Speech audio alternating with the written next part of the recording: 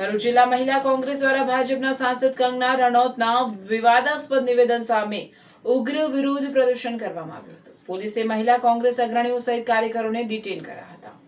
ભરૂચ શહેરના પાંચબત્તી વિસ્તારમાં મહિલા કોંગ્રેસના આગેવાનો અને કાર્યકરો મોટી સંખ્યામાં એકત્રિત થયા હતા। તેમણે સૂત્રોચ્ચાર સાથે કંગના રનૌત વિરુદ્ધ જોરદાર વિરોધ નોંધાવ્યો હતો। પોલીસે દોડી આવી મહિલા કોંગ્રેસ અગ્રણીઓ સહિત કાર્યકરોને ડિટેન કર્યા હતા।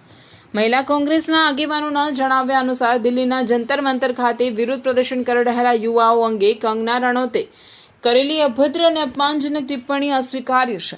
આ નિવેદનથી માત્ર યુવાઓ જ નહીં પરંતુ તેમના માતા પિતાની લાગણી પણ દુભાઈ હોવાનું તેમણે જણાવ્યું હતું।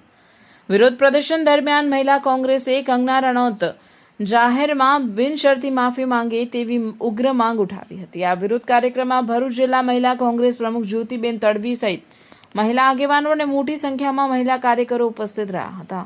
જંતર મંતર ભેગા થયા હતા એમનો હક માંગવા માટે, એની લડાઈ લડવા માટે। ત્યારે તમે એમના વિશે ગટર છાપ અને નશેડી અને કોઈના ઘર સંસાર પણ ના વસાવી શકે એવી તમે વાતો કરી હતી। ત્યારે આટલા નીચ કક્ષાના શબ્દ તમે આ વિદ્યાર્થીઓને અને આજના ભવિષ્યને તમે બોલી રહ્યા છે। વારંવાર અમારા રાહુલજી વિશે પણ અપશબ્દ બોલવા પહેલા તો મારે તમને કેવું છે, તમારા મગજનો ઈલાજ કરાવો। તમને ઈલાજની જરૂર છે। એલ ફેલ બોલવાનું તમને આ એક લોકસભાના સાંસદ થઈને તમને સૂટ નથી થતું।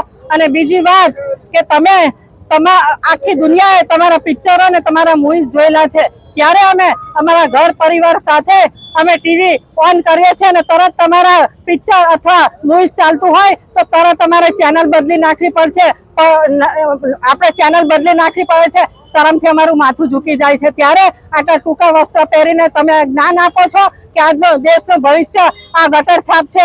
બીજી વાત બેન કે જે તમને થપ્પડ પડી હતી એરપોર્ટ પર, જે મારી હતી એની ગુંજ ઓછી થઈ ગઈ લાગે છે તમને।